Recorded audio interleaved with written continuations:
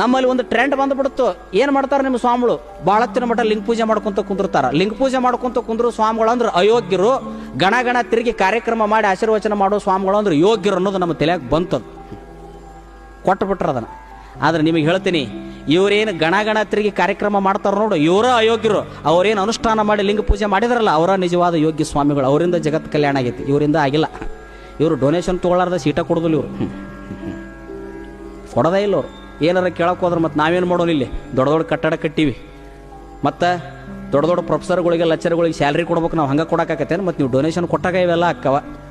ಆಸೆಕ್ಕೆ ಬಿದ್ದು ಮಾಡಂದಿದ್ರೆ ಯಾರು ನಿಮ್ಮನ್ನಿದ್ರೆ ಕಸಬಾಡಿ ಗಿಡತನ ಅಂತ ಹೇಳ್ತಾರೋ. ಇದನ್ನ ಯಾರು ಬೇಡ ಅಂದಿದ್ರು? ಕೆಲಸ ಏನಿತ್ತು ನಿಮಗೆ? ಇದನ್ನು ಮಾಡಂತ ಯಾರು ಹೇಳಿದ್ರಿ? ನಿಮ್ಮದು ಅಲ್ಲಿ ಇದು ಕೆಲಸ. ಪೂಜ್ಯರಾದ ಧಾರವಾಡದ ಮೃತ್ಯುಂಜಯ ಅಪ್ಪಗಳವರು ಮನಸ್ಸು ಮಾಡಿದರೆ ಇವತ್ತು ಇಡೀ ಧಾರವಾಡ ಹುಬ್ಬಳ್ಳಿನ ಕರೆದು ಹಿಡಿತಿತ್ತು ಮುರುಘಾ ಮಠ.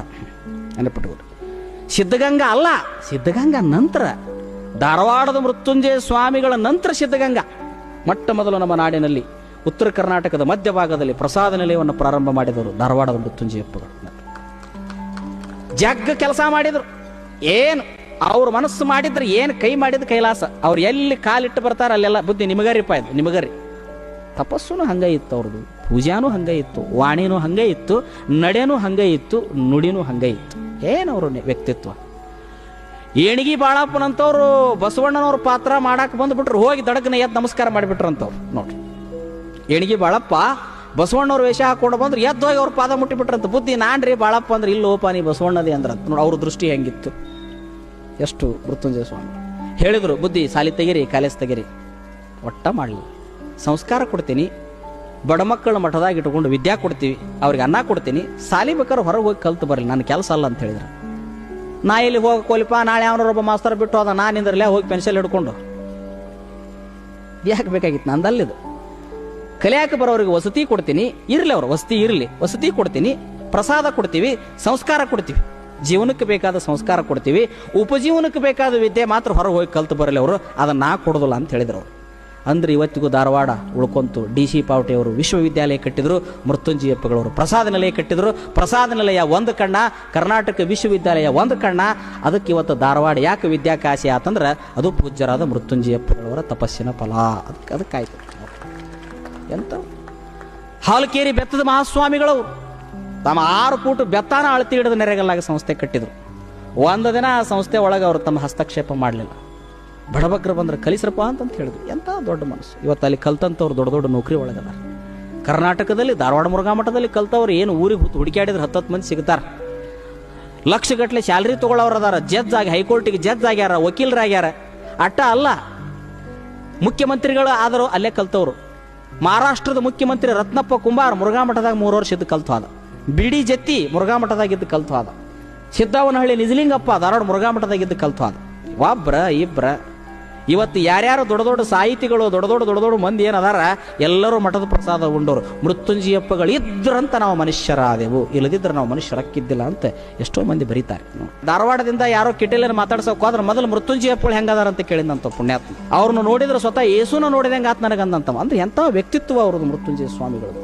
ಆದ್ರೆ ಎಂದೂ ಲಿಂಗ ಪೂಜೆ ಬಿಡಲಿಲ್ಲ, ತಪಸ್ಸು ಬಿಡಲಿಲ್ಲ, ಅನುಷ್ಠಾನ ಬಿಡಲಿಲ್ಲ, ತಮ್ಮ ಕ್ರಿಯಾ ಎಂದೂ ಬಿಡಲಿಲ್ಲ. ಅದನ್ನು ಮೊದಲು ಕಾಯ್ಕೊಂಡ್ರೆ ಅವರು. ಯಾಕಂದ್ರೆ ಅದು ನಮ್ಮನ್ನು ದೊಡ್ಡದು ಮಾಡ್ತೈತಿ. ನಾವಿಲ್ಲದ ಕಾಲಕ್ಕೆ ಅದು ನಮಗೆ ಗೌರವ ಕೊಡಕ್ಕಸ್ತೈತೆ ಹೊರತು ನಾವು ಕಟ್ಟಿದ ಶಾಲೆಗಳು, ಮಹಲ್ಗಳು, ನಾವು ಮಾಡಿದ ಆಸ್ತಿ ಎಂದು ಸ್ವಾಮಿಗೆ ಗೌರವವನ್ನು ತಂದು ಕೊಡುವುದಿಲ್ಲ. ಯಾಕಂದ್ರೆ ಅದನ್ನೊಬ್ಬ ಬಿಸ್ನೆಸ್ ಮಾಡೋನು ಮಾಡ್ಯಾನ ಆ ಕೆಲಸನ. ನಾಳೆ ತಿಳಿತೈತಲ್ಲ ನಿಮಗೆ. ಅದನ್ನೊಬ್ಬ ಬಿಸ್ನೆಸ್ ಮಾಡ್ಯಾನ ಆ ಕೆಲಸನ. 4 ಅಂತಸ್ತಿನ ಬಿಲ್ಡಿಂಗ್ ಒಬ್ಬ ಬಿಸ್ನೆಸ್ ಮಾಡವ ಕಟ್ಯಾನ. ಒಬ್ಬ ರಾಜಕಾರಣ ಮಾಡವ ಕಟ್ಯಾನ. 108, 100, 106 ಸಾಲಿ ಕಾಲೇಜ್. ಮತ್ತು ವ್ಯತ್ಯಾಸ ನಮಗೆ ಅವ್ರಿಗೆ ಏನೈತಿ? ಇಲ್ಲ. ಅದನ್ನು ನಮ್ಮ ಶರಣರು ಒಪ್ಪೋದಿಲ್ಲ. ಇದನ್ನು ನಮ್ಮ ಸಿದ್ಧಾಂತ ಹೇಳೋದಿಲ್ಲ. ಶರಣತ್ವ ಹೆಂಗೆ ಬರ್ತದೆ ಅದು. ಅವರಲ್ಲಿ ತ್ಯಾಗನೂ ಹಂಗೆ ಇತ್ತು, ವೈರಾಗ್ಯನೂ ಹಂಗೆ ಇತ್ತು, ಭಕ್ತಿನೂ ಹಂಗೆ ಇತ್ತು. ನೋಡ್ರಿ, ಅವರು ವೇಷ ಹಾಕೊಂಡು ಮೈಸೂರು ಮಹಾರಾಜನ ಮನೆ ಮುಂದೆ ಹೋದ್ರು. ಮಹಾರಾಜರ ಆಗಿನ ಟೈಮ್ಗೆ ಎಲ್ಲೋ ಹೊಂಟಿದ್ರು. ಇವ್ರು ಹಾಡಾಕತ್ತಿದ್ದು ಕೇಳಿ ಒಳ್ಳೆ ಚಂದ ಅನಿಸ್ತವ್ರಿಗೆ. ಯೋಗಿ ಮನೆಗೆ ಬಂದ, ಶಿವಯೋಗಿ ಮನೆಗೆ ಬಂದ ಅನ್ನೋದು ಸಂಗೀತ. ಅಂದ್ರೆ ಈ ಕಡೆದವ್ರು, ಅವರು ಉತ್ತರ ಕರ್ನಾಟಕದವರು ವೇಷ ಹಾಕೊಂತ ದಕ್ಷಿಣ ಕರ್ನಾಟಕದ ಕಡೆ ಹೋಗಿದ್ರು. ಅವರು ಈ ಹಾಡು ಒಳ್ಳೆ ಮಜಾ ಐತೆಲ್ಲ ಅಂತ ಕೇಳ್ಕೊಂತ ನಿಂತರು. ಹಾಡಿದ ಮೇಲೆ ನೀಡಾಕ್ ಬಂದರು. ಇವರು ಬಡತನರು ದೂರ ಆಗಲಿ ಅಂತೇಳಿ ಮರದಾಗ ಮುತ್ತು, ರತ್ನ, ಬೆಳ್ಳಿ ನೀಡಾಕ್ ಬಂದರು. ಅಟೋದಿಗೆ ಅಲ್ಲಿ ಶಿವಯೋಗಿ ಬಂದು ಮೇಣೆದಾಗ ಕುಂತು, ಶಿವಯೋಗಿ ಬಂದು ಬಾಗಲ್ ಮುಂದೆ, ಅರಮನೆ ಬಾಗಲ್ ಮುಂದೆ ನಿಂತಿದ್ದ. ನೀಡಾಕ್ ಹೋದ್ರು. ನಡೆಸ್ಕೋಬೇಕಿಲ್ಲವ. ಬಡ ಬಡ ಬಡ ಬಡ ಬಡ ಬಡ ಶೆಟ್ಟು ಗಣ್ಣಿಲೆ ನೋಡಿದವನ ಆ ಮುತ್ತು ರತ್ನಗಳನ್ನು ಶೆಟ್ಟು ಗಣ್ಣಿಲೆ ನೋಡಿ ಜೋಳಿಗೆಗೆ ನೀಡಾಕ್ ಬಂದ್ರೆ ಕೈಲಿ ಬಡ್ತಾ ಬಡದು ಹೋಗಿ ಮೇಣದಾಗ ಕುಂತು ಬಿಟ್ಟ. ಮೇಣದಾಗ ಕುಂತು ಹೊತ್ಕೊಂಡು ನಡ್ರಿ ಅಂದ್ರೆ ಮತ್ತೆ ಶಿವಯೋಗಿಗಳನ್ನ ಮತ್ತೆ ಹೊತ್ಕೊಂಡು ಹೋದ್ರು. ಮರುದಿವ್ಸ ಮತ್ತೆ ಬಂದ್ರು ಅವ್ರು ಅಲ್ಲೇ ಅರಮನೆಗೆ ವೇಷ ಹಾಕ್ಕೊಂಡು. ಮತ್ತೆ ವೇಷ ಹಾಕ್ಕೊಂಡು ಬಂದ್ರು. ವೇಷ ಹಾಕ್ಕೊಂಡು ಬಂದು ಮತ್ತೆ ಹಾಡಿದ್ರು, ಕುಣದಂಗ ಮಾಡಿದ್ರು. ರಾಜಾಗೆ ಸಿಟ್ಟು ಬಂದಿತ್ತು. ವೇಷ ಹಾಕ್ಕೊಂಡು ಬಂದಾರ, ದುಡ್ದು ತಿನ್ನು, ಬೆಳ್ಳಿ ಬಂಗಾರ ಜೋಳಿಗೆಗೆ ಹಾಕಕ್ ಹೋದ್ರೆ ಹಾಕಿಸಿಕೊಳ್ಳಿಲ್ಲ, ಕೈಲೇ ಬಡೋದು, ಕಣ್ಣು ಕಿಸ್ತು ನೋಡಿ ಹೋಗಿ ಮೇಣದಾಗ ಕುಂತವ. ವೇಷಗಾರ ಸ್ವಾಮಿ ಹಾಡಾಕ್ ಬಂದವ್ರು ಮೇಣೆ ಹೊತ್ಕೊಂಡು ಹೋದ್ರು, ಬರ್ಸಾಕ್ ಬಂದವ್ರು ಇದೇ ಅಂತ ವಿಚಿತ್ರ ಅಂತೇಳಿ ಅಂದು ಸುಮ್ಮನಾಗಿದ್ರು. ಹೋಲಿಬಿಡು ಹೊಟ್ಟೆ ತುಂಬೈತೆ ಅಂತ ಕಾಣುತ್ತೆ ಅಂತೇಳಿ ಸುಮ್ಮನಾಗಿದ್ರು. ಮರುದಿವ್ಸ ಏನು ಬಂದ್ರಲ್ಲ, ಮರುದಿವ್ಸ ರಾಮಾಯಣದ ವೇಷ ಹಾಕ್ಕೊಂಡು ಬಂದಿದ್ರು. ಹಾಕ್ಕೊಂಡು ಬಂದು ಕುಣದಂಗ ಮಾಡಿದ್ರು, ಚೀರಿದಂಗ ಮಾಡಿದ್ರು. ಕೊನೆಗೆ ರಾಜ ನಾಲ್ವಡಿ ಕೃಷ್ಣರಾಜ ಒಡೆಯನ ಅಲ್ಲಿ ಇದ್ದಿದ್ದಿಲ್ಲ, ಆತ ಬೇರೆ ಕಡೆ ಇದ್ದ, ಅರಮನೆ ಒಳಗಿದ್ದ. ಅರಮನೆಯ ಪರಿಚಾರಕರು ತಂದು ದವಸ ಧಾನ್ಯಗಳನ್ನು ನೀಡಾಕ ಬಂದರು. ರಾಗಿ, ದವಸ ಧಾನ್ಯ, ಅಕ್ಕಡಿ ಕಾಳು ನೀಡಾಕ ಬಂದರು. ಅವ್ರೇನು ಅನ್ಬೇಕು, ಇವನು ನೀಡಬೇಡ್ರಿ, ನಿನ್ನೆ ನೀಡಿದ್ರಲ್ಲ ಅವನು ನೀಡ್ರಿ ಅಂತಂತಂದ್ರು. ಇವನು ನೀಡಕ್ಕೆ ಹೋಗ್ಬೇಡ್ರಿ, ನಿನ್ನೆ ನೀಡಿದ್ರಲ್ಲ ಅವನು ನೀಡ್ರಿ ನಮಗಂತಂತಂದ್ರು. ಅಲ್ಲೇ ಅವನ ಸುದ್ದಿ ಹೋತ ರಾಜನಿಗೆ. ನೋಡ್ರಿ ಇವ್ರು ಇವ್ನು ತಗೋವಲ್ರು, ನಿನ್ನೆ ನೀಡಿದ್ದು ಹೊಳ್ಳಿ ನೀಡಂತಾರ. ಮುತ್ತುರತ್ನೆ ನಮ್ಮ ಅಧೀನದಾಗಿರ್ತಾವ. ಭಾಳ ಅಂದ್ರೆ ಉಗ್ರಾಣ ಕೋಲಿ ನಮ್ಮ ಕೈಯಾಗಿರ್ತೈತಿ, ಕ್ವಾಟಿ ಕೋಲಿ ನಮ್ಮ ಕೈಯಾಗಿರ್ತೈತಿ, ಜ್ವಾಳ ನಮಗೆ ಸಿಗ್ತಾವ, ರಾಗಿ ನಮಗೆ ಸಿಗ್ತಾವ, ಗೋಧಿ ನಮಗೆ ಸಿಗ್ತಾವ. ಮುತ್ತುರತ್ನ ಬೇಕಂದ್ರೆ ಅದಕ್ಕೆ ಬೇಕು ರಾಜನ ಪರ್ಮಿಷನ್ ಬೇಕು. ಅದಕ್ಕೆ ರಾಜ ಇದ್ದು ನಿನ್ನೆ ತೆಗಿಸಿ ನೀವು ಹಾಡಿದ ಪ್ರೇಮಕ್ಕೆ ಹಾಡಿಕೆಗೆ ಮೋಹಗೊಂಡು ಅರಮನಿ ಬಂಗಾರದ ಕೋಲಿ ತೆಗೆದು ನಿಮಗೆ ಮುತ್ತುರತ್ನಗಳನ್ನು ತರಿಸಿದ್ದ. ತೋಳಿಲ್ಲಪ್ಪ, ಎಡಸೋಕೆ ಹೆಚ್ಚಾಗಿ ಹೋಗಿ ಮೇಣದಾಗ ಕುಂತ್ರಿ. ಈಗ ಕೇಳಿದ್ರೆ ಎಲ್ಲಿಂದ ಕೊಡ್ಬೇಕು? ಇಲ್ಲ ನಮಗೆ ಅವ ಬೇಕು, ಅವ್ನು ಕೊಟ್ಟರೆ ಹೋಗೋರು ಅಂತ ಜಗಳ ತೆಗೆದ್ರು ವೇಷಗಾರ. ಅವ್ರು ಅಂತಾರ ಇನ್ನೊಂದು ಚೀಲ ರಾಗಿ ಕೊಡ್ತೀವಿ ಹೊತ್ಕೊಂಡು ಹೋಗ್ರಿ. ಯಾಕಂದ್ರೆ ರಾಗಿ ಮತ್ತು ಇವ್ರ ಕೈಯಾಗಿದ್ದು, ಅರಮನೆ ಪರಿಚಯ ಕೈಯಾಗಿದ್ದು. ಮುತ್ತುರತ್ನ ಇವ್ರ ಕೈ ಕೊಡ್ತಾರ. ಹಣಕಾಸಿನ ಮಿನಿಸ್ಟರ್ ಬೇರೆ ಇರ್ತಾನೆ, ಆಹಾರ ಸಚಿವನ ಬೇರೆ, ಎಕನಾಮಿಕಲ್ ಮಿನಿಸ್ಟರ್ ಬೇರೆ ಇರ್ತಾನೆ. ಹಂಗ ರಾಜನಿಗೆ ಸುದ್ದಿ ಹೋತು, ಅರಮನೆಯಾಗ ಜಗಳ ತೆಗೆದಾರ ವೇಷಗಾರರು. ಬಂದ ರಾಜ ಯಾಕೆ ಬಂದಾರ? ಹಿಂಗ್ರಿ ನಿನ್ನೆ ನೀವು ನೀಡಕ್ಕೆ ಹೋದ್ರತ್ತ ಅದನ್ನು ಬಡದು ಹೋದ್ರು. ಹೌದಲ್ಲ, ಮತ್ತು ಇವತ್ತೇನಂತ ಅವ್ರದ್ದು ನಿನ್ನೆ ನೀಡಿದ್ದು ಬೇಕಂತ. ಅದಕ್ಕೆ ಮುತ್ತುರತ್ನ ನಮ್ಮ ಹಂತೆ ಕೇಳಿ ಅದಾವ್ರಿ, ಅವು ನಿಮ್ಮ ಸುಪರಿಧಿ ಒಳಗದಾವು, ನಿಮ್ಮನ್ನು ಕೇಳಾರ್ದ ಹೆಂಗೆ ನೀಡಾಕ್ ಬರ್ತೈತಿ, ನೀವು ಕೊಳ್ಳಾರ್ದ ಹೆಂಗೆ ನೀಡಾಕ್ ಬರ್ತೈತಿ ಅಂತ ರಾಜ ಅಂದ. ಹೌದು, ನಿನ್ನೆ ನೀಡಾಕ ಬಂದ್ರ ಒಲ್ಲೆ ಅಂತ ಕಣ್ಣು ಕಿಸ್ತು ನೋಡಿ ಕೈಲೇ ಬಡದು ಹೋಗಿ ಮೇಣದಾಗ ಕುಂತ್ರಿ. ಇವತ್ತು ನೋಡಿದ್ರೆ ಅವನ್ನ ತಗೊಂಬಂದು ನೀಡಂತೀರಿ. ಕಾರಣ ಏನು ಅಂತ ಕೇಳಿದ್ರೆ, ಇಲ್ರಿ ನಿನ್ನೆ ದಿವಸ ಶಿವಯೋಗಿ ವೇಷ ಹಾಕ್ಕೊಂಡು ಬಂದಿದ್ವಿ. ಶಿವಯೋಗಿ ಹೊನ್ನ ಹೆಣ್ಣ ಮಣ್ಣ ಮುಟ್ಟೋದಿಲ್ಲ. ಅಕಸ್ಮಾತ್ ನಾವು ತೊಗೊಂಡಿದ್ರೆ ಆ ಶಿವಯೋಗಿಗೆ ನಾವು ಅಗೌರವ ಕೊಟ್ಟಂಗಾಕಿತ್ತು, ಅದಕ್ಕೆ ನಾವು ಮುಟ್ಲಿಲ್ಲ. ಇವತ್ತು ರಾಮಾಯಣದ ವೇಷ ಹಾಕ್ಕೊಂಡು ಬಂದ್ವಿ. ಮತ್ತು ರಾಜ ಮಹಾರಾಜರಿಗೆ ಬೆಳ್ಳಿನೂ ಬೇಕು, ಬಂಗಾರನೂ ಬೇಕು, ಹೆಣ್ಣು ಬೇಕು, ಹೊಣ್ಣು ಬೇಕು, ಬೇಕಾದಟ್ಟು ಕೊಟ್ಟು ಹೊತ್ಕೊಂಡು ಹೋಗಿ ಇವತ್ತು ಅಂತ ಹೇಳಿದ್ರು. ನೋಡ್ರಿ, ವೇಷಗಾರರಿಗೆ ಅಂತ ನಿಯತ್ತಿತ್ತು. ಒಂದು ಕ್ಷಣ ದಿಗ್ಭ್ರಮೆಯಾಗಿ ನಿಂತು ಬಿಡ್ತಾನೆ. ಶಿವಯೋಗಿ ವೇಷ ತೊಟ್ಟವನಂತೇಕ ಇಟ್ಟು ನಿಯತ್ತಿರ್ಬೇಕಾದ್ರೆ ಇನ್ನು ಕರೆ ಅಂದ್ರೆ ಶಿವಯೋಗಿ ಹೆಂಗದಾನ ಅಂತ ಕೇಳಿದ್ರು. ದಿಗ್ಭ್ರಮೆ ಆಯ್ತು. ಶಿವಯೋಗಿ ವೇಷ ಹಾಕ್ಕೊಂಡು ಬಂದವನಂತೇಕ ಈ ಪರಿ ತಾಕತ್ತದೆ, ಈ ಪರಿ ನಿಯತ್ತದೆ. ಇನ್ನು ಶಿವಯೋಗಿ ಕರೆ ಅಂದ್ರೆ ಅದಾವ ಹೆಂಗಿರ್ಬೇಕವ? ಅಂಥವ್ರು ಎಲ್ಲಾರ ಅದಾರ ಅನ್ನತ್ತಮ್ಮ ನೋಡಿರೋಣ ಅಂದ್ರೆ ಅದಾರ್ರಿ ಅಂದ್ರೆ ಅವ್ರು ಎಲ್ಲಿ ಅದಾರ ಅಂದ್ರೆ ಉತ್ತರ ಭಾಗದ ಬೆಳವಲ ಸೀಮೆ ಒಳಗೆ ಮುಳುಗುಂದ ಅಂತೈತಿ, ಕಲ್ಲು ಮುಳುಗುಂದ, ಅಲ್ಲೊಬ್ರು ಬಾಲಲೀಲಮ ಹಂತ ಶಿವಯೋಗಿಗಳದಾರ ಅಂತ ಹೇಳಿದ್ರು ಅವರು. ಉತ್ತರ ಭಾಗ ಅಂದ್ರೆ ಉತ್ತರ ಕರ್ನಾಟಕ, ಉತ್ತರ ಭಾಗದಲ್ಲಿ ಬೆಳವಲ ಸೀಮೆ, ಇದಕ್ಕೆ ಬೆಳವಲ ಸೀಮೆ ಅಂತಾನೆ ಕರೀತಾರೆ. ರೋಣ, ನವಲಗುಂದ, ನರಗುಂದ, ಸಿರಟ್ಟಿ, ಮುಂಡ್ರಗಿ, ಹುಬ್ಬಳ್ಳಿ ಇವೆಲ್ಲ ಬೆಳವಲ ಸೀಮೆ ನಾಡೆ. ಅಂದ್ರೆ ಎಲ್ಲಿ ಗೋಧಿ, ಎಲ್ಲಿ ಜ್ವಾಳ ಹೆಚ್ಚು ಬೆಳೀತಾರ, ಎಲ್ಲಿ ಎಣಿಗ್ಯಾರ, ಎಲ್ಲಿ ಬಿಳುಜೋಳ ಹೆಚ್ಚು ಬೆಳೀತಾರೆ ಅದಕ್ಕೆ ಬೆಳವಲ ಸೀಮೆ ಅಂತ ಕರೀತಾರೆ. ಎಲ್ಲಿ ತೊಗರಿ ಹೆಚ್ಚು ಬೆಳೀತಾರೆ ಅದಕ್ಕೆ ಸಗರ ನಾಡು ಅಂತಾರೆ. ಎಲ್ಲಿ ಬಾಳಿ, ಅಲ್ಲ, ಅರಿಶಿನ ಹೆಚ್ಚು ಬೆಳೀತಾರೆ ಅದಕ್ಕೆ ಮಲೆನಾಡ ಅಂತ ಕರೀತಾರೆ. ಇದು ನಮ್ಮ ವ್ಯವಸ್ಥೆ. ಮಲೆನಾಡ, ಬೆಳವಲ ನಾಡ, ಸಗರ ನಾಡ ಅಂತ ಕರೀತಾರೆ. 3 ಭಾಗ ಮಾಡ್ತಾರೆ ಇದು ನೋಡ್ರಿ. ಅವಾಗ ಅವ್ರು ಅಂತಾರ, ಹಂಗಾರ ಅವ್ರು ಸಿಗ್ತಾರನ್ನೋ ನೋಡಕಂದ್ರೆ ಖಂಡಿತ ಸಿಗ್ತಾರೆ ಅಂತಂದು. ಅವಾಗ ಶಿವಯೋಗಿ ಅವ್ರನ್ನ ಕರ್ಕೊಂಡ್ಬರ್ಬೇಕಂತ ಹೇಳಿ ಸ್ವತಃ ಮೈಸೂರು ಮಹಾರಾಜರು ಅವ್ರನ್ನ ಕರ್ಕೊಂಡು ಬರಲಿಕ್ಕೆ ಒಂದು 3 ಮಂದಿ ಪರಿಚಾರಕರನ್ನು ಕಳಿಸಿಕೊಡ್ತಾರೆ. ಒಬ್ಬರ ಕೈಯಾಗ ಇದನ್ನು ಬರೆದು ಕಳಿಸ್ಕೊಡ್ತಾರೆ, ಲೆಕ್ಕಣಿಕೆಯಿಂದ ಬರೆದು, ಮಹಾರಾಜರು ನಿಮಗೆ ಆಮಂತ್ರಣ ಮಾಡ್ಯಾರ, ನೀವು ಕೂಡಲೇ ಇವರು ಬಂದು ಇದನ್ನು ಕೈಯಾಗ ಕೊಟ್ಟ ಮೇಲೆ ಇದು ಸ್ವತಃ ಮಹಾರಾಜರ ಅಪ್ಪಣೆ ನಿಮಗೆ ಭಿನ್ನ ಮಾಡ್ಯಾರ ಅಂತ ತಿಳ್ಕೊಂಡು ನೀವು ಮುಳುಗುಂದದಿಂದ ಮೈಸೂರಿಗೆ ಬರಬೇಕು ಅಂತೇಳಿ ಬರೀತಾರೆ. ಇವ್ರು ಬಂದರು, ಮೈಸೂರಿಂದ ಮುಳುಗುಂದಕ್ಕೆ ಬಂದರು. ಬಂದ ಮೇಲೆ ನಮಸ್ಕಾರ ಮಾಡಿ ಕುಂತರು. ಇವರೇನು ಅಜ್ಜಾರ ಕಣ್ಣೆತ್ತಿ ಸಹಿತ ನೋಡಲಿಲ್ಲ ಅವರು.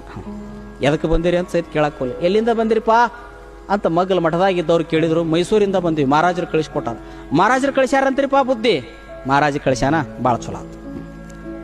ಏನು ಅನ್ನಲಿಲ್ಲ ಅವರು, ಮಹಾರಾಜ ಕಳಿಸ್ಯಾನ, ಭಾಳ ಚಲೋ ಆತು. ಎಲ್ಲಿ ಇರಂತ, ಎದಕ್ಕೆ ಬಂದಾರಂತ ಅಂತ ಮತ್ತೊಬ್ಬ ಕೇಳಿದ. ಇಲ್ರಿ ನಿಮ್ಮನ್ನು ಕರ್ಕೊಂಡು ಹೋಗಕ್ಕೆ ಬಂದಾರಂತ. ಗುರುಮನೆಯಾಗಿರೋ ಒಂದು ಅರಮನೆಯಾಗ ಏನು ಕೆಲಸ, ಬರೋದಿಲ್ಲ ಅಂತೇಳಿ ಅಂತ ಹೇಳಿದ್ರು. ಗುರುಮನೆಯಾಗಿರೋ ಒಂದು ಅರಮನೆಯಾಗ ಏನು ಕೆಲಸ, ನಾ ಬರೋದಿಲ್ಲ ಅಂತೇಳ. ಇಲ್ರಿ ಬುದ್ಧಿ, ಮಹಾರಾಜರು ನಿಮ್ಮ ಮೇಲೆ ಭಾಳ ಪ್ರೇಮ ಬಂದು ಕಳಿಸ್ಯಾರ, ನೀವು ಹೋಗಲೇಬೇಕು. ಇಲ್ಲಪ್ಪ ಮಹಾರಾಜ ಅಲ್ಲ, ಅವರಪ್ಪ ಬಂದರು ಹೋಗೋದಿಲ್ಲ ಅಂತೇಳಂದ್ರು ಅವ್ರು ಶಿವಯೋಗಿರು. ಹೆಚ್ಚು ಅವ್ರನ್ನ ಕಾಡ್ತಿದ್ದಿಲ್ಲ ಯಾರು, ಯಾಕಂದ್ರೆ ಅವ್ರು ಲೀಲಾವಸ್ಥೆ ಒಳಗಿರ್ತಿದ್ರು. ಯಾಕಂದ್ರೆ ನವಲುಗುಂದ ನಾಗಲಿಂಗರಂಥವ್ರು ಶಿಶುನಾಳ ಶರೀಫರಂಥವ್ರು ಆ ಮಠದ ಮುಂದೆ ಹಾಯ್ಬೇಕಾದ್ರೆ ಬಾಯಿ ಮುಚ್ಕೊಂಡು ಗುದದ್ವಾರ ಮುಚ್ಕೊಂಡು ಹೋಗಿದ್ರಂತ, ಒಳಗೆ ಹುಲಿ ಮುಕ್ಕೊಂಡೈತಿಪ್ಪ ಮರಯ ಅನಾಹುತ ಸ್ವಾಮಿ ಅದಾನವ ಅಂತೇಳಿ. ಯಾಕಂದ್ರೆ ಶಿವಯೋಗಿಯ ಮುಂದೆ ಎಲ್ಲ ವಿದ್ಯೆಗಳ ನಶ್ವರ ಅನ್ನೋದಕ್ಕೆ ಬೆಟಗೇರಿ ಯಾತಾಳಿ ಕೃಷ್ಣಪ್ಪ ಅಂತಿದ್ದ. ಬೆಟಗೇರಿ ಯಾತಾಳಿ ಕೃಷ್ಣಪ್ಪ 64 ವಿದ್ಯೆ ಬರ್ತಿದ್ವು ಅವನಿಗೆ. ನೋಡ್ರಿ, ಕಾನು ಸುಮಾರಿದ್ದವ. ಅಡವ್ಯಾಗಿನ ಹುಲಿ ಪ್ರಾಣಿಗಳನ್ನು ತನ್ನ ವಿದ್ಯೆಯಿಂದ ವಶ ಮಾಡ್ಕೊಂಡ್ಬಿಟ್ಟಿದ್ದವ. ಅವನು ಗುರು ವಿದ್ಯೆ ಕೊಡುವಾಗ ಒಂದು ಮಾತು ಹೇಳಿದಂತೆ, ನಿನ್ನ ವಿದ್ಯೆ ಎಲ್ಲರ ಮುಂದೆ ನಡೀತೈತಿ, ಶಿವಯೋಗಿಯ ಮುಂದೆ ಶರಣನ ಮುಂದೆ ನಡೀದಿಲ್ಲ ಅಂತ ಹೇಳಿದ್ದ. ಆದ್ರೆ ಅವನಿಗೆ ಹಠ ಇತ್ತು, ಎಲ್ಲರನ್ನೂ ಗೆದ್ದಿನಿ ವಿದ್ಯಾದಾಗ ಶಿವಯೋಗಿನೂ ಗೆಲ್ಲಬೇಕನ್ನೋ ಹಠ ಇತ್ತು. ಹುಲಿ ಏರಿ ಬಂದಿದ್ದವ ಮುಳುಗುಂದಕ್ಕೆ. ಅವ್ರ ಜೀವನ ಚರಿತ್ರೆಯಲ್ಲಿ ಬರ್ತೈತಿ. ಬೆಟಗೇರಿ ಒಳಗೆ ಕೃಷ್ಣಪ್ಪ ಕುಂತು ಕಟ್ಟಿ ಐತಿ ಇವತ್ತಿಗೂ. ಯಾತಾಳಿ ಕೃಷ್ಣಪ್ಪ ಕುಂತು ಕಟ್ಟಿ ಅವ ಕುಂತ ಆಲದ ಮರ ಹುಣಸಿ ಮರ ಇವತ್ತಿಗೂ ಬೆಟಗೇರಿಯಾಗ ನೀಲಕಂಠೇಶ್ವರ ಮಠದಂತೆ ಒಂದು ಕಡೆ ಒಳಗೆ ಹೋದ್ರೆ ಇವತ್ತಿಗೂ ಅದಾವ ನೋಡಿ ಬರ್ರಿ. ಇತಿಹಾಸ ನಾ ಹೇಳೋದು ನಡೆದದ್ದೇ. ಬೆಟಗೇರಿ ಕೃಷ್ಣಪ್ಪ ಅಂತಿದ್ದ. ಯಾತಾಳಿ ವಿದ್ಯೆ ಭಾಳ ಚಲೋ ಮಾಡ್ತಿದ್ದವ. ಯಾತಾಳಿ ಕೃಷ್ಣಪ್ಪ ಅಂತಾನೆ ಹೆಸರಿತ್ತವನಿಗೆ. ಹುಲಿ ಏರಿ ಕಪ್ಪತ್ತು ಗುಡ್ಡದಾಗ ಹೋಗಿ ಹುಲಿ ವಶ ಮಾಡ್ಕೊಂಡು, ಕಪ್ಪತ್ತು ಗುಡ್ಡ ಅಂದ್ರೆ ಅಲ್ಲೇ ಐತಿ, ಮುಂಡ್ರಿಗೆ ರೋಡಿಗೆ ಇರೋದೆಲ್ಲ ಕಪ್ಪತ್ತು ಗುಡ್ಡನೇ. ಅಲ್ಲಿಂದ ಹುಲಿಯನ್ನು ವಶೀಕರಣ ಮಾಡಿಕೊಂಡು ಆ ಹುಲಿ ತಗೊಂಡು ಮುಳುಗುಂದಕ್ಕೆ ಬಂದವ. ಅವ್ರನ್ನ ಬೆಟ್ಟಾಗಕ್ಕೆ ಬಂದ. ಅವನು ನೋಡಿ ಎಲ್ಲರೂ ಕದ ಹಾಕ್ಕೊಂಡ್ರು. ಹುಲಿ ಮ್ಯಾಗ ಬಂದ್ರೆ ಮತ್ತೆ ಯಾರಾದ್ರೂ ಹೆದರಾತಾರಲ್ಲ, ಕದ ಹಾಕ್ಕೊಂಡ್ರು. ಮುಳುಗುಂದದ ಮಠದ ಹೊರಗೆ ಬಂದು ನಿಂತಾಗ ಮುಳುಗುಂದದ ಬಾಲಿಲ್ಲ ಮಹಂತ ಶಿವಗಳ ಅಂತ್ಯಕ್ಕೊಬ್ಬರು ಮರಿದೇವ್ರ ಮಠದ ಮರಿದೇವ್ರು ಅಂತಿದ್ರು. ಅವ್ರ ಹೆಸರ ಮರಿದೇವ್ರ ಮಠದ ಮರಿದೇವ್. ಇವತ್ತಿಗೂ ಮರಿದೇವ್ರ ಮಠದ ಅಡ್ರೆಸ್ನವ್ರು ಅದಾರ. ಬಾಲಲೀಲ ಮಹಂತ ಶಿವಯೋಗಿಗಳಿಗೆ ಏನಾದರೂ ಲಹರಿ ಬಂದಾಗ, ಹಾಡ್ಬೇಕನ್ನೋ ಇಚ್ಛಾ ಬಂದಾಗ ಇವತ್ತಿ ಉಂಡಿ ತೊಗೊಂಡು ಮಠದ ಜಂತಿ ಮ್ಯಾಗ ಬರಿತಿದ್ರಂತವ್ರು ಬಾಲಲೀಲ ಶಿವಯೋಗಿಗಳು. ಇದನ್ನು ಮರಿದೇವ್ರ ಮಠದ ಮರಿದೇವರು ಶರಣ ಗಣಂಗಳಪ್ಪನವ್ರು ಅಂತಿದ್ರು. ಹಸಿಬಿ ಗಣಂಗಳಪ್ಪನವ್ರು ಅಂತೇಳಿ ಇವತ್ತಿಗೂ ಆ ಮನತನ ಅದಾವ. ಅವ್ರು ಏನು ಮಾಡ್ತಿದ್ರು, ಆ ಪದ್ಯಗಳನ್ನು ಬರೆದು ಇಟ್ಕೊಂತಿದ್ರು. ಆ ಪದ್ಯಗಳಿಗೆ ಇವತ್ತಿಗೂ ಕೈವಲ್ಯ ದರ್ಪಣ ಅಂತ ಕರೀತಾರೆ. ಕೈವಲ್ಯ ದರ್ಪಣ. ಸರ್ಪಭೂಷಣ ಶಿವಯೋಗಿಗಳದು ಕೈವಲ್ಯ ಕಲ್ಪವಲ್ಲರಿ. ನಿಜಗುಣ ಶಿವಯೋಗಿಗಳದು ಕೈವಲ್ಯ ಪದ್ಧತಿ. ನೋಡ್ರಿ, ಅವ್ರದ್ದು ಕೈವಲ್ಯ ಪದ್ಧತಿ, ಇವ್ರದ್ದು ಕೈವಲ್ಯ ಕಲ್ಪವಲ್ಲರಿ. ಸರ್ಪಭೂಷಣರು ಅಂದ್ರೆ ಇವತ್ತೇನು ಬೆಂಗಳೂರೊಳಗೆ ನಿಮ್ಮ ಮೆಜೆಸ್ಟಿಕ್ ಐತಲ್ಲ, ಕೆಂಪೇಗೌಡ ಬಸ್ ನಿಲ್ದಾಣ ಮಠದ ಆಸ್ತಿ ಅಲ್ಲ, ಸರ್ಪಭೂಷಣ ಮಠದ ಆಸ್ತಿನೇ. ಬಹಳ ದೊಡ್ಡ ವಿರಾಗಿಗಳು ಸರ್ಪಭೂಷಣ ಶಿವಯೋಗಿಗಳು. ಸಪ್ಪಣ್ಣಾರ್ಯರು ಅಂತ ಕರೀತಾರೆ ಅವ್ರಿಗೆ. ಸಪ್ಪಣ್ಣಾರ್ಯರು ಬಹಳ ದೊಡ್ಡ ವ್ಯಕ್ತಿತ್ವ ಅವ್ರದ್ದು. ಅವ್ರ ಕಾಲದಲ್ಲೇ ಹೆಚ್ಚು ಕಡಿಮೆ ಸಮಕಾಲೀನರೇ ಬಾಲಲೀಲ ಮಹಂತ ಶಿವಯೋಗಿಗಳು. ಇವರೆಲ್ಲ ಮೈಲಾರ ಬಸವಲಿಂಗ ಶರಣರು, ಹಾಲವರ್ತಿ ಚನ್ನವೀರ ಸ್ವಾಮಿಗಳ ಶಿಷ್ಯರು. ಇವರೆಲ್ಲ ಲಿಂಗನಾಯಕನಹಳ್ಳಿ ಚನ್ನವೀರ ಸ್ವಾಮಿಗಳ ಕೈಯಾಗ ಬೆಳೆದವರು. ಇವರೆಲ್ಲ ಬಹಳ ದೊಡ್ಡ ತಪಸ್ವಿಗಳು. ಇವರೆಲ್ಲ ಒಬ್ರಿಗಿಂತ ಒಬ್ರು ಮಿಗಿಲಿದ್ರು ಇವರು. ಅವ್ರನ್ನ ನೋಡಾಕಿ ಹುಲಿ ಏರಿ ಬಂದ. ಮರಿದೇವ್ರ ಮಠದ ಮರಿದೇವರು ಯಪ್ಪ ಹುಲಿ ಏರಿ ಬಂದ. ಎಲ್ಲರೂ ಕದ ಹಾಕೊಂಡು ಅಡ್ಕೊಂಡ್ರು. ಮಠದ ಮುಂದೆ ಬಂದು ಹುಲಿ ಮ್ಯಾಗ ಕುಂತ. ಶಿವಯೋಗಿಗಳು ಅದಾರನು ಅಂತ ಕೇಳಿದ. ಮರಿದೇವ್ರ ಮಠದ ಮರಿದೇವ್ರನ್ನ ಕೇಳಿದ. ಶಿವಯೋಗಿಗಳವ್ರು ಗವಿ ಮಠದಾಗ ಯೋಗದಲ್ಲಿ ಇರ್ತಿದ್ರು. ಅವ್ರು ಹೆಚ್ಚು ಅದಾರ. ನೀವು ಯಾರು? ಬೆಟಗೇರಿ ಯಾತಾಳಿ ಕೃಷ್ಣಪ್ಪ ಬಂದಾನ, ಹೇಳ ನಿಮ್ಮ ಶಿವಯೋಗಿಗಳಿಗೆ ದರ್ಶನಕ್ಕೆ ಬಂದಾನ ಅಂತೇಳಿ. ಅಹಂಕಾರ ಇತ್ತು ಅವನಿಗೆ. ವಿದ್ಯೆ ಬರೋರಿಗೆ ಅಹಂಕಾರ ಇರ್ತೈತೆ ಅದು. ಹೋದ, ಹೋಗಿ ಶಿವಯೋಗಿಗಳು ಕುಂತಿದ್ರು. ಮರಿದೇವ್ರ ಮಠದ ಮರಿದೇವ್ರು ಹೇಳ್ತಾರೆ, ಬುದ್ಧಿ ಮತ್ತು ಯಾತಾಳಿ ಕೃಷ್ಣಪ್ಪ ಬಂದಾನ್ರಿ, ತಮ್ಮನ್ನು ಭೇಟಿಯಾಗಕ್ಕೆ ಬಂದಾನ. ಹೆಂಗೆ ಬಂದಾನವ ಅಂತ ಕೇಳಿದ್ರು. ಹುಲಿ ಏರಿ ಬಂದಾನ್ರಿ. ಹೌದಾನ? ಹಂಗಾರೆ ವಿದ್ಯೆದ ಗತ್ತು ತೋರ್ಸಕ್ಕೆ ಬಂದಾನವ. ಆಯಿತು, ನನ್ನೊಂದು ಕರಾರ ಐತಿ, ಆ ಕರಾರಿಗೆ ಒಪ್ಕೊಂಡ್ರೆ ಆತ ನಾ ದರ್ಶನ ಕೊಡ್ತೀನಿ ಅವಂಗಂದ್ರೆ ಶಿವಯೋಗಿಗಳು. ಏನು ಕರಾರು?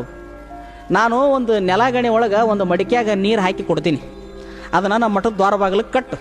ಆತ ತನ್ನ ಮಂತ್ರದ ದಂಡ ಶಕ್ತಿಯಿಂದ ಆ ಗಡಿಗೆ ಹೊಡಿಬೇಕು, ಆ ಮಡಿಕೆಯಾಗಿನ ನೀರು ಚೆಲ್ಲಬೇಕು, ಆ ನೀರಿನ ಮ್ಯಾಗ ಹಾದು ನನ್ನ ದರ್ಶನಕ್ಕೆ ಅವ್ನು ಬರಬೇಕು. ಇದು ನನ್ನ ನೇಮ ಐತಿ. ಯಪ್ಪ ಹೋಗಿ ಹೇಳ್ತೇನೆ ರೀ ಅಂದ. ಹೋಗಿ ಕೃಷ್ಣಪ್ಪಗೆ ಹೇಳಿದ. ಹಿಂಗೆ ಅಂದಾರ ನೋಡ ಅಜ್ಜಾರ ಅಂದ. ಬೆಟ್ಟ ಗುಡ್ಡಗಳಲ್ಲಿ ನರಮಾನವರನ್ನ ಹೆದರಿಸುವಂಥ ಇಂಥ ಕಾಡು ಪ್ರಾಣಿನ ವಶ ಮಾಡಿಕೊಂಡು ಮೈ ಮೇಲೆ ಕುಂತ್ಕೊಂಡು ಬಂದೀನಿ. ಈ ಗಡಿಗೆ ಮಡಿಕೆ ಚಿಣಿಪನಿ ಆಡು ಹುಡುಗರು ಹೊಡಿತಾರ, ಅದನ್ನು ಹುಡುಗರು ಹೊಡಿತಾರಂತ ಹೇಳಿ. ಚಿಣಿಪನಿ ಆಡು ಹುಡುಗರು ಹೊಡಿತಾವ, ಅದನ್ನು ಕಟ್ರೆ ಒಡೆದ ಒಳಗೆ ಬರ್ತೀನಿ ಅಂದ. ಶಿವಯೋಗಿಗಳ ಹಂತಕ್ಕೆ ಹೋಗಿ ಒಪ್ಕೊಂಡಾರ್ರಿಪ್ಪ ಕರಾರಿಗೆ ಅಂದರು. ಆಯಿತು ಹಂಗಾರ ಅಂತ ತಿಳ್ಕೊಂಡು ಒಂದು ನೆಲಗಣಿ ಒಳಗೆ ಒಂದು ಮಡಿಕೆ ಇಟ್ಟು ಕೊಟ್ಟರು. ಅದನ್ನು ತೊಗೊಂಡು ಬಂದು ಆ ಮಠದ ದ್ವಾರ ಬಾಗಿಲಕ್ಕೆ ಕಟ್ಟಿದ್ರು. ತನ್ನ ಮಂತ್ರಶಕ್ತಿಯ ದಂಡದಿಂದ ಅದನ್ನು ಹಿಂಗೆ ಬೀಸಿ ಒಗದ ಅದು ಬಂದು ಆ ಮಡಿಕೆಗೆ ಬಡಿತು. ಮಡಿಕೆ ಬಿತ್ತು ಒಡೆದು ಕರೆ, ಆದ್ರೆ ನೀರು ಮಾತ್ರ ಹಂಗ ನಿಂತಿತ್ತು, ಕೆಳಗೆ ಬೀಳಲಿಲ್ಲ. ನಡೆದದ್ದು ನೀರು ಒಟ್ಟ ಕೆಳಗೆ ಬೀಳಲಿಲ್ಲ. ನೀರು ಕೆಳಗೆ ಬೀಳಲಿಲ್ಲ. ಕೊನೆಗೆ ಅವನಿಗೆ ಎಚ್ಚರ ಆತು, ನಿನ್ನ ವಿದ್ಯೆ ಎಲ್ಲ ಕಡೆ ನಡೀತೈತಿ, ಶಿವಯೋಗಿ ಮುಂದೆ ಶರಣನ ಮುಂದೆ ನಿನ್ನ ವಿದ್ಯೆ ತೋರಿಸಬೇಡ ಅಂತ ತಿಳ್ಕೊಂಡು ಹೇಳಿದ್ರು. ಕೊನೆಗೆ ಅವನಿಗೆ ಅದು ಪಶ್ಚಾತ್ತಾಪ ಆಗಿ ಹುಲಿಯಿಂದ ಕೆಳಗೆಳೆದು ಮಠದ ಮುಂದೆ ಉಳ್ಯಾಡಿದ. ಶಿವಯೋಗಿಯ ಜನ್ಮ, ಶಿವಯೋಗಿಯ ಕರುಣೆಯಿಂದ ಶರಣನ ಆತನ ದರ್ಶನದಿಂದ 7 ಜನ್ಮದ ಪಾಪಗಳು ಹೊಕ್ಕಾವ ಅಂತ ಹೇಳ್ತಾರ. ನನ್ನ ಈ ಸುಮಾರು ವಿದ್ಯೆಯಿಂದ ಎಷ್ಟೋ ಮಂದಿಗೆ ಚಲೋ ಮಾಡಕ್ಕೆ ಹೋಗಿ ಕೆಟ್ಟಾಗಿದ್ವು, ಎಷ್ಟೋ ಮಂದಿ ಬಣಿವಿಗೆ ಬೆಂಕಿ ಹಚ್ಚಿದ್ದೆ, ಕೂಡಿದ ಗಂಡ ಹೆಂಡ್ರನ್ನ ಅಗಲಿಸಿದ್ದೆ, ಹೆದರಿಸಿದ್ದೆ. ಇವತ್ತಿಂಥ ಒಬ್ಬ ಶಿವಯೋಗಿ ದರ್ಶನ ಮಾಡಿದ್ರೆ ನಾನು ಮಾಡಿದ ವಿದ್ಯೆಯಿಂದ ಆದಂಥ ಅನಾಹುತದ ತಪ್ಪುಗಳಿಂದ ಮುಕ್ತಕ್ಕಿದ್ದೆ. ಆದರೆ ಏನು ಮಾಡೋದು, ನನ್ನ ಗರ್ವ, ನನ್ನ ಅಹಂಕಾರ ನನ್ನ ಇನ್ನೂ ಆ ಶಿವಯೋಗಿ ದರ್ಶನ ಮಾಡಿಸಿಕೊಳ್ಳಿಲ್ಲ ಅಂತೇಳಿ ಹೆಂಗೆ ಹೋದಂದ್ರೆ, ಹೆಂಗೆ ಹುಲಿ ಮ್ಯಾಗ ಬಂದಿದ್ದ ಮುಳುಗುಂದದ ಹತ್ತು ದಾಟೋ ಮಟ್ಟ ಹಿಂಬರಿಕೆ ಹೋದ ಮುಂಬರಿಕೆ ಹೋಲಿಲ್ಲ ಅವ್ನು.